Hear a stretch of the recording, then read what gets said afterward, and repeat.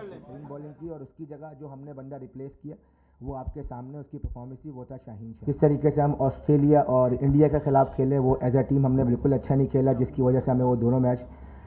जो है वो लूज़ करना पड़े। और उसके बाद जो 7 दिन थे वो एज अ टीम और एज अ कैप्टन हम लोगों के लिए बहुत टफ थे, क्योंकि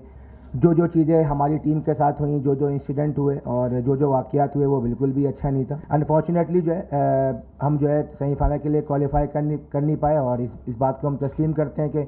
पहले 5 मैचों में टीम ने अच्छा परफॉर्म नहीं किया, लेकिन जिस तरीके से टीम ने आखिरी 4 मैचों में परफॉर्म किया वो बहुत आउटस्टैंडिंग था। तमाम शोबों में हमने अच्छी कारकर्दगी पेश की, और जैसे कि आपके सामने अनफॉर्चुनेट है कि हम रन रेट की वजह से जो है वो क्वालिफाई नहीं कर सके। लेकिन अगर आप हमारी टीम की बात करते हैं तो एज अ टीम जो है हमने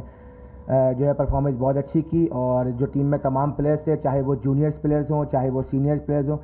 तमाम लोगों ने अपना रोल जो है वो बहुत अच्छे से अदा किया, और एज अ कैप्टन मैं तमाम लोगों से हैप्पी हूँ। लेकिन जो मैंने अभी सुना है कि मैंने जो ये बात कर दी ना कप्तान नहीं छोड़ूंगा, इसको हेडलाइन नहीं बना दिया कि सरफराज ने कह दिया मैं नहीं छोड़ूंगा। देखें